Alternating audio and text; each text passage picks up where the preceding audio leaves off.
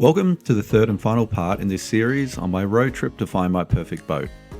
In this video, we head further north into Scotland to the rugged west coast and we visit the beautiful fishing village, Tarbert.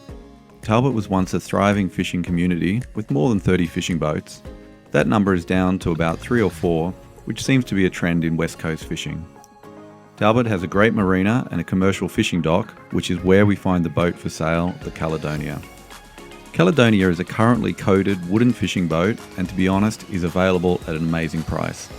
Built in the late 60s, and while she looks a bit rough, she's a tough little boat. We drove up and arrived in Tarbert on a dark, wet night to climb aboard. The Caledonia has bow and main deck covers that provide protection to the crew as they work on deck.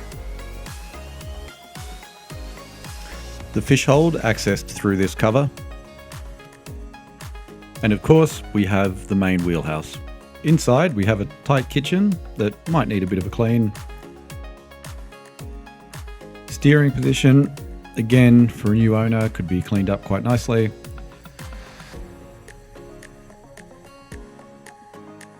And descending into the hull, very large engine room with hydraulics that run the fishing gear that could be removed by the new owner. And a comfortable crew area. For the right owner, with the right vision, this boat could be turned into quite an exciting, safe, comfortable and unique long-distance explorer. The next morning we left in the rain to drive across to Aberdeen. There we boarded the ferry for the Shetland Islands. We were quite lucky and had a very smooth crossing, and in the morning we woke as we approached the town of Lerwick.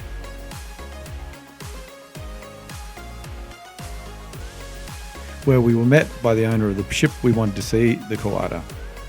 The Quota is a coated passenger and cargo boat that's operated in the Shetland Islands for about 40 years and has performed a number of very interesting roles.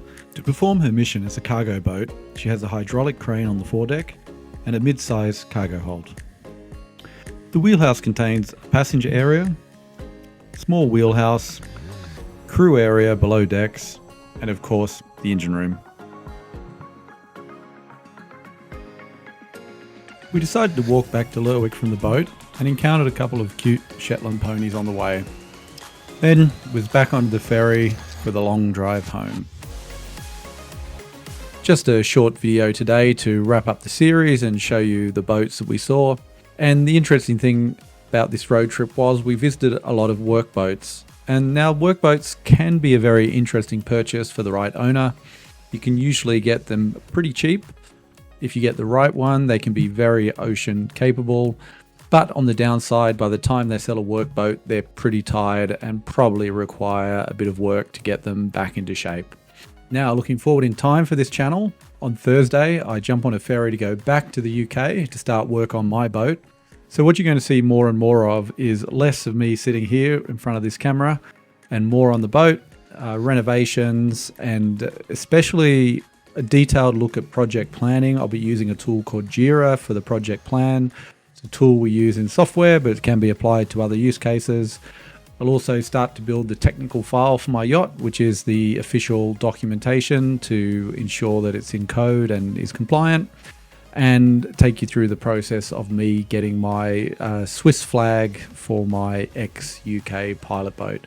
So really looking forward for the journey ahead. Thank you so much for your support.